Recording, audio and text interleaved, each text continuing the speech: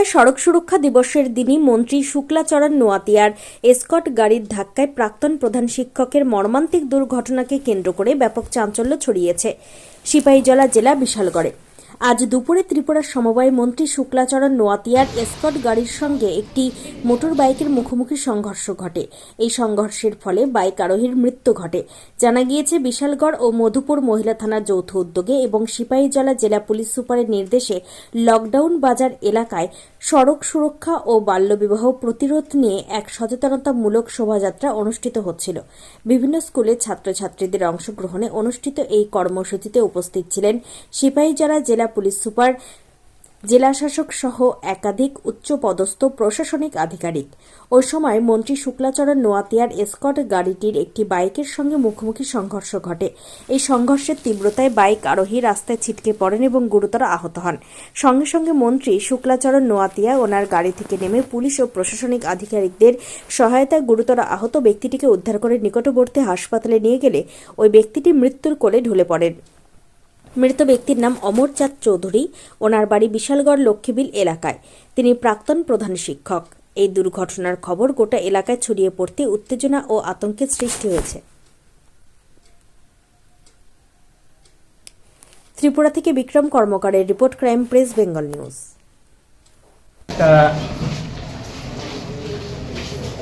দুঃখজনক একটা ঘটনা। এখন প্রায় একটা 10 মিনিট বাকি একটা বাজে, 20 মিনিটের আগে একটা ঘটনা ঘটেছে। আমরাও আমাদের কর্মসূচির জন্য আমরা সাউথ ইস্ট থেকে যাচ্ছি, আগরতলা থেকে আসছি। বিশালগড় বিধানসভা কেন্দ্রের অন্তর্গত বাইপাস, যেটা লকডাউনের সময় লকডাউন বাজার, সেটাকে 3-4টি দোকান বোধহয় বসেছে এখানে। সেই বাজারটির নাম হলো লকডাউন বাজার এবং পাশে আরেকটা নতুন পেট্রোল পাম্প আছে। ওইখান থেকে প্রায় বোধহয় 150 থেকে 200 মিটার একটা ডিস্টেন্স হবে।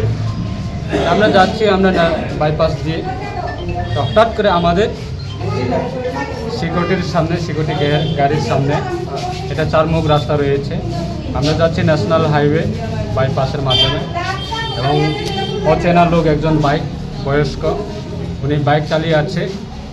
হঠাৎ করে উনি স্পিডে ন্যাশনাল হাইওয়েটাকে ক্রস করার জন্য উনি আমাদের স্কোয়াডের গাড়ির সামনে চলে আসে।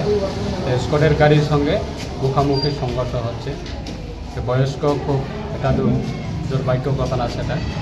এবং সঙ্গে সঙ্গে আমার সিকিউরিটি গাড়ি দিয়ে, আমি সিকিউরিটি গাড়িকে বলে সিকিউরিটি গাড়ির মাধ্যমে হসপিটালে ওনাকে তুলে আনার জন্য সঙ্গে সঙ্গে আমি নির্দেশ দিয়েছি এবং আমার সিকিউরিটি গাড়িতে উঠিয়ে পেশেন্টটাকে আমরা সঙ্গে সঙ্গে বিশালগড় সাব ডিভিশনাল হসপিটালে আমরা এনেছি।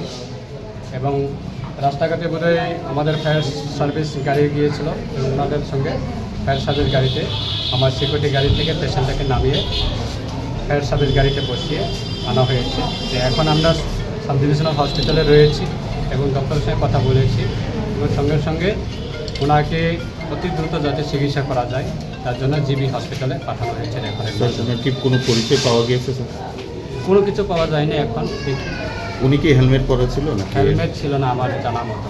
যে বিএপি গাড়িতে আমি ছিলাম, ওনার বয়স্ক যিনি বাইক চালিয়ে আছে খুব স্পিডে এবং সঙ্গে কোনো হেলমেট ছিল না। হেলমেট ছিল না। এখন কি জীবিতে রেফার করা হয়েছে? না, ওনাকে এটা দ্রুত গতিতে যাতে ওনাকে চিকিৎসা করা যায় তার জন্য ডক্টরের মাধ্যমে ওনাকে জিবি হসপিটালে রেফার দেওয়া হয়েছে।